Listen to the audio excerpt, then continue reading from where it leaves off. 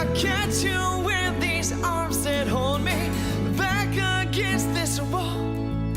Release me from these chains that hold me fast. You see, there's a light at the end that I'm running to. If you hold my hand, then I'll show you there's a lot more waiting for us all at the end of the road. My name is Seth Rash. I'm a first semester senior at TCU, and I'm going to talk to you today about love. So first I'm going to start with a scripture, Proverbs 30, 18 and 19. There are 3 things that amaze me. No, 4 things that I don't understand. How an eagle glides through the sky, how a snake slithers on a rock, how a ship navigates the ocean, how a man loves a woman. And all 4 of these things truly do amaze me, and they all are things that I don't understand. I understand that the eagle, the snake, and the ship all have physics behind them, but I'm a communication studies major. I don't understand physics. Amen. I don't know how an eagle flies through the sky, yet I'm amazed by it every time I see one. I don't know how a snake slithers on the ground. And unlike most people, I'm not scared unless it's really, really poisonous. I'll go watch. And a ship, it's huge, and it floats on the water, and that's just half of it. They figure out how to get from point A to point B with maps and compasses and GPS things that I don't understand. Again, communication studies. But the last thing, the 4th thing, how a man loves a woman and how a woman loves a man, is something that I've been trying to figure out for a long time. You see, I've been with my girlfriend, Brandy, for over 5.5 years now. We grew up together in Macon, Missouri, and we started dating when I was a sophomore in high school, and she was a senior in high school. Now, I know what you're thinking, and the answer is yes, I was a big deal in high school. Brandy and I met through an organization called FFA, Future Farmers of America. And the first time I saw her, I knew I wanted to get to know her better. And so I started texting her, I started to talk to her and hang out with her a little bit. And finally, halfway through the summer, I invited her to the county fair, where I was showing cattle. Again, Future Farmers of America. And she came out to the county fair, and we walked around the entire afternoon and just had a great time. And that's when I knew that she must like me too. So the next day, I text her, "Will you go out with me?" Yes, I was a sophomore in high school, and I text her to start dating. And she texted me back and said, "Yeah, sure, but nothing serious, right?" And here we are, 5.5 years later. And as our relationship blossomed, a couple months later, was the first time that I told her that I loved her. And we were in her car coming home from a basketball game, and I'll spare you all the details, but really, it just kind of came out of me. It just erupted out of me. I hadn't planned it. I wasn't nervous about it because I hadn't even thought about it before, really. And I just said it. And then I wanted to suck it back in. But to my amazement, she said it back. And I don't know if I truly meant it then. I know I felt like I did. And I don't know if she did either. But what I do know now is every time I say it and every time she says it, we mean, I love you. But now the question is, what is love? Well, I don't really know for certain. Love is sometimes driving back roads with Brandy, listening to great country music and watching the sunset. Sometimes love is much more complex. It's much more complicated. Sometimes love is unknown. And sometimes love isn't always easy. Even though that we're told it might be. You know, the idea of a perfect relationship, they might be out there, but Brandy and I aren't one. You see, Brandy goes to school in Missouri. She goes to the University of Missouri, and I'm obviously here. That's 10 hours of distance. And we've been doing that for 2.5 years now, and let me tell you, it's not exactly fun. But The metaphor that I think of that helps me with this to get through each and every day is that sometimes love can be like a wrestling match. Now, who knows the biblical reference to a wrestling match? It's Jacob wrestling with God, and just thought that was funny. But sometimes love is like a wrestling match. Sometimes, metaphorically, you wrestle with each other. You don't always agree on things, and sometimes you have to wrestle with outside factors. Now, growing up, dating your high school sweetheart into college can be kind of challenging. I know there were a lot of adults that I knew that didn't necessarily think Brandy and I were going to make it. And we really wrestled with that. And I think finally we're starting to prove to some of them that maybe we are. And so I could sit up here and talk about love forever, but I think I'm almost out of time. And so I'm just going to put a very simplified definition of what love is for me in my relationship with Brandy. And love is doing what needs to be done to insert end point here. I don't know where every relationship goes. I don't know where the end point is. But I do know that Brandy and I are convicted to do whatever it takes to get wherever we're going. Because I know that Brandy loves me, and I know that I love Brandy.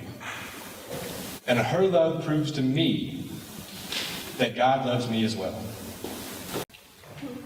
It's better to have a partner than go it alone. Share the work, share the wealth. And if one falls down, the other helps. But if there's no one to help, tough. By yourself, you're unprotected. With a friend, you can face the worst. Ecclesiastes chapter 4. So, growing up in a small town right outside of Milwaukee, Wisconsin, my choice to come to TCU was a bit of a strange one. Mainly because, one, both of my parents are University of Wisconsin alums, and the year that I chose to come, we Frogs just happened to beat the Badgers in the Rose Bowl. But,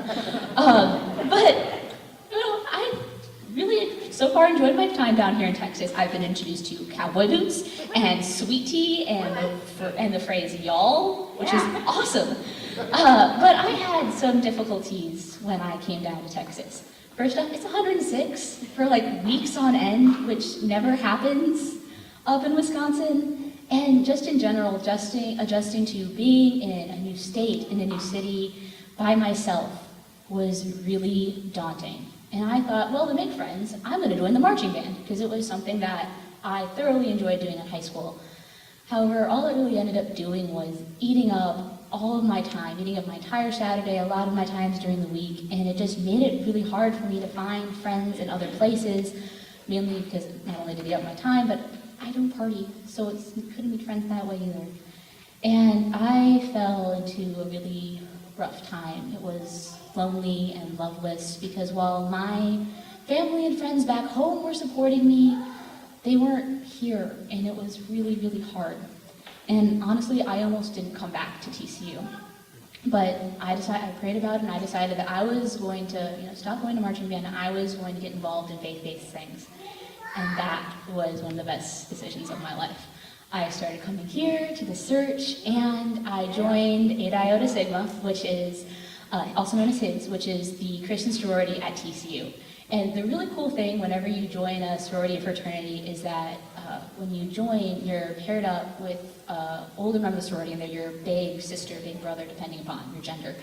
And it's really cool because they are these people that they love you no matter who you are or what you are, because you are part of this family. Like, this is your new family in this sorority. I have an amazing big and amazing matriarch who's sitting over there, and along with my cousin, and a rather niece. It's hard to explain how these things work. It's really complex. And also through his, I met two of my best friends, Paige Michael and Laura Rebellis, and they just brought so much joy to my life. We'll stay up until 2 a.m. in Laura's apartment. We'll go on Chipotle runs and all these awesome things that I didn't get to do before. And so the awesome thing was for the first time, I wasn't alone. I had friends who I regard as sisters and that I could call up when I was lonely or just having a bad day. I was actually getting out of my dorm room on Friday nights and looking forward to hanging out with these wonderful people. I also learned a really amazing life lesson. If you trust in God, He'll give you some pretty amazing friends who will help you take on the world. Dear friend, when you extend hospitality to Christian brothers and sisters, even when they are strangers, you make the faith visible. They've made a full report back to the church here, a message about your love. It's good work you're doing, helping these travelers on their way, hospitality worthy of God Himself. They set out under the banner of the name and get no help from unbelievers, so they deserve any support we can give them. In providing meals and a bed, we become their companions in spreading the truth. 3 John chapter 1, verses 5 through 8. When it comes to loving people, it seems easy to love the people we know. It's easy to hug a friend or a family member, but when it comes to loving strangers, we can be at a little bit of a loss. I mean, we don't know them, they don't know us. What if we don't have anything to talk about? What if they ignore us? But let's take a step back for a minute. Think about your closest friends. There was a time, maybe a long time ago, when you two were strangers. You didn't know what their name was, you didn't know their favorite color, you didn't know their birthday, and you weren't going to trust them with any of your secrets. But there must have been something, like a smile or a joke or just kind words exchanged between the two of you that brought you together. And there was something that made you feel like you wanted to be around that person again. A few years ago, I started noticing a bunch of random acts of kindness that practical strangers showed towards me. On a rainy day, I was riding the bus home from high school, and the bus pulled up to our stop, which was a couple blocks away from my house, and it was raining. And as I was just about to get off the bus, there was a boy who I hadn't talked to since elementary school who offered for his mom to take me home in the car instead of walking home in the rain. And his kindness kind of caught me off guard. And then, a few summers ago at church camp, I was in a small group discussion when the memory of the loss of a very close family friend started to consume me. But before I even knew what was happening inside of me, before I realized how much grief there was inside of me, one of the girls from my group came over and started to comfort me even before I knew I needed to be comforted. And then last semester, I attended a church service with a bunch of my friends. It was the first time we had ever been to that church, and the church opened their arms to us and embraced us with as much love as you could hope for. But what really made me feel welcome at that church was whenever a group of little girls came up to us after the service and handed each one of us a drawing that they had made. And then, just a few weeks ago, the person who took my order at a restaurant, he handed me my food, and he also handed me a receipt at the top that said, "Go Rachel." All of these people were strangers, yet they revealed to me a little bit of God's love in a way that the people that I am close to cannot. We enjoy receiving love from the people who are most familiar to us, but at times, their love starts to seem expected. Sometimes what we need most is to be thrown off guard by a random stranger who shows love to us. I have a friend who is serving in Haiti right now, and despite all the challenges she is facing, including a language barrier, in her blog she shared these words. "I have learned that smiles and waves are universal. I have learned that you can fall in love with an entire village in a matter of minutes." She has learned the true meaning of loving strangers. Now it is our turn to be the stranger. It is our turn to show God's love to the strangers that we meet. Whether we pack up and move across the world to fight poverty, or we smile at the people that we pass on the street, it is important to remember that we are spreading God's love. By loving strangers, we can give them a small bit of encouragement that just might prompt them to love others as well. My beloved friends, let us continue to love each other, since love comes from God. Everyone who loves is born of God and experiences a relationship with God. The person who refuses to love doesn't know the first thing about God. Because God is love. So you can't know him if you don't love. 1 John chapter 4. So tonight, we've heard some testimonies about romantic love, the love of friends, and the love we receive from strangers. And we thought this was kind of appropriate given that Thursday is Valentine's Day. But there's another type of love, a more powerful love, God's love. It's definitely worth mentioning. Traditionally, in the Greek version of the Bible, God's love is referred to as agape, which is this unconditional love that God has for his people. But what does that really mean? I mean, unconditional love, I think for me, it's really hard for me to wrap my brain around that concept. Well, Rob Bell, who's an author and a pastor, wrote in his book a really amazing quote that explains this really well. Agape is a particular type of love. Love is often seen as a need, something we get from others. Agape is the opposite. Agape gives. This is God's love. A giving love, a love that became incarnate and died for us. A love that, quite frankly, we don't deserve. However, the coolest thing about this love is that there is nothing that we can do for God to take it away from us. It is a gift. He has given it to all of his children, regardless of who they are or what they've done.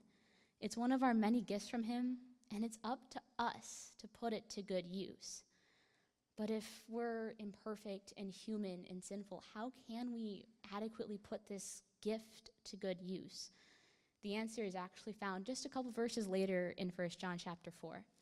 But if we love one another, God dwells deeply within us, and his love becomes complete in us. Perfect love. By giving this gift away, whether to significant others, family, friends, colleagues, classmates, or even strangers, we grow closer to God and closer to one another, and we complete this beautiful gift of love that he has given us. So as we head towards Valentine's Day, whether you're taken or single, please remember to treasure this incredible gift. God has given us a bottomless box full of his love. We don't deserve it, but he can't take it back, and it's not going to be taken away. It's up to us to use this love and share it in as many ways as we can, through dates, nights out with friends, or just simple gestures of kindness to strangers. We get to give this love away again and again. And the more we give it away, the more this everlasting love has a chance to transform our lives and the world.